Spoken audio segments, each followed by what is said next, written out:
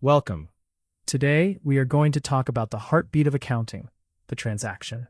To understand it, let me tell you a story about my favorite local baker, Ben.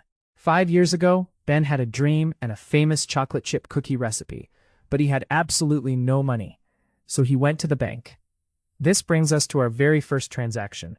The bank gave Ben $50,000, and in exchange, Ben gave the bank a promise to repay it with interest.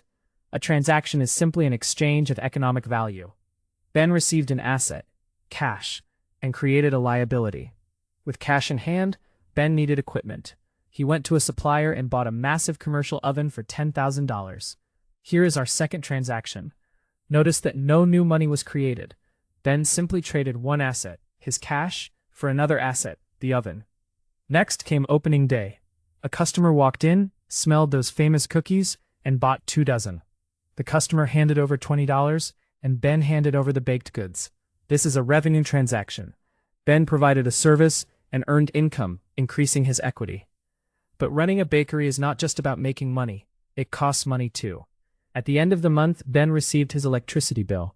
He paid $500 to keep the lights on and the oven hot.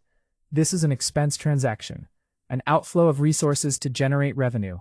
So you see, a business is really just a series of these exchanges: borrowing, buying, selling, and paying. Every transaction tells his financial story.